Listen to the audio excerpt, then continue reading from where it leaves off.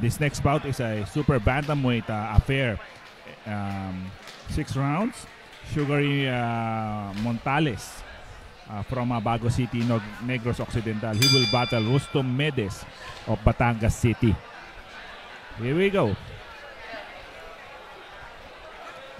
Partner si Montales yung naka-yellow, black, red na shorts. Yeah. Si Medes yung naka-black and white na shorts.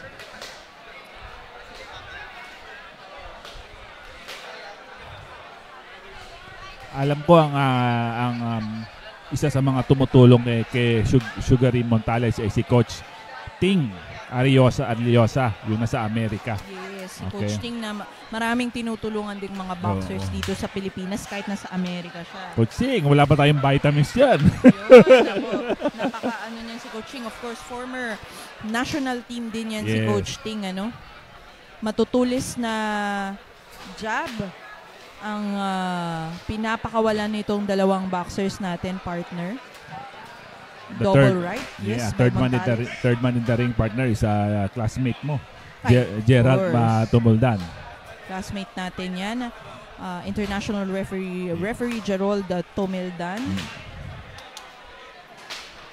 Pareho silang nagpapakawala ng jab to the body. Alam mo yung jab na yan sa katawan is one way to stop a charging opponent, no?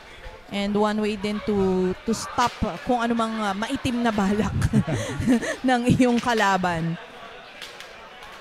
Sabi ni pa-shoutout daw, sabi ni Buendia Dominic, pang ilang fight daw si Dana Ascanio. I think meron pang isang fight, yung female fight, then susunod na yung Ascanio.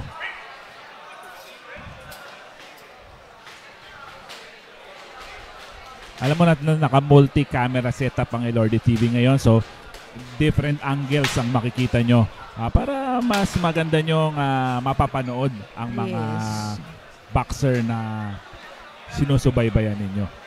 And you know what I like about UKC New Breed is we're giving opportunity for our 4-rounders, 6-rounders to take to take over an event like this. Tama. Kasi kung walang 4-rounder, walang 6-rounder, wala rin tayong magiging champion, hindi ba? So it's very important to really promote yung mga 4-rounders natin, give them the platform to fight. Final 30 seconds, partner, of this round. Kasi yung mga first few steps sa career nila, yun ang pinakamahihirap. So through the guidance of Ma'am Kukoy Elorde, yung platform ng UKC, napapakita nila yung talent nila sa mga ganitong kalalaking boxing event. For sure, and yun nga, so gracious of Ma'am Kukoy to actually think of an event like this na kumbaga walang,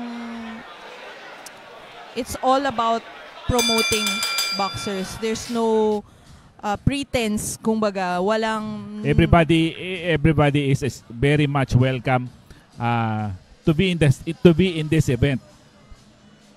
Yeah, definitely. And there's no pomp in this event. There's no flagrant display of, alam mo na, yan ang makikita natin tuwing UKC event. It's really all about promoting the boxers. And I think medyo after this, pahinga lang ng konti, sasabak na ulit tayo ng yung may UKC na naman ulit. So hopefully, isa sa mga platform ng UKC, itong Elorde TV.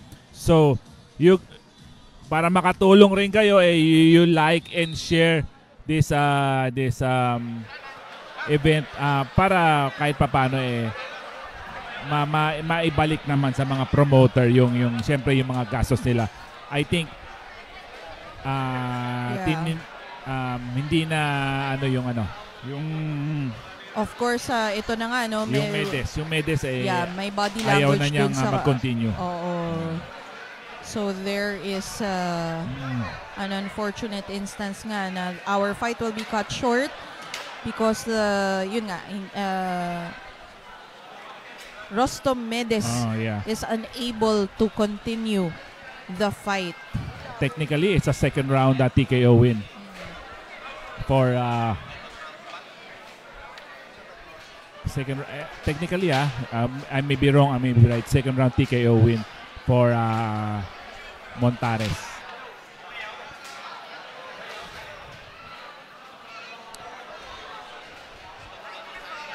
sabi ni Sandrex Dilek, good luck daw kay Michael Agustin. At saka sabi ni Ryzen de la Fuente, pa-shoutout ako kay Potpot si Pod.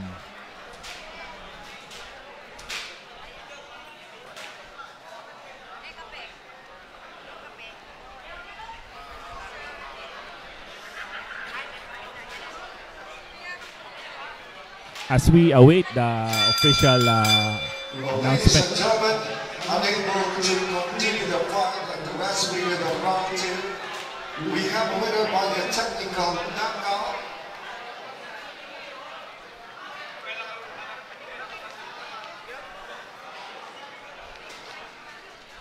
Sugary Montanes. Sugary Montares winning by second round TKO to improve his record to 4 wins, 2 loss, and 3 by KO. Congratulations, Sugary Montares. Our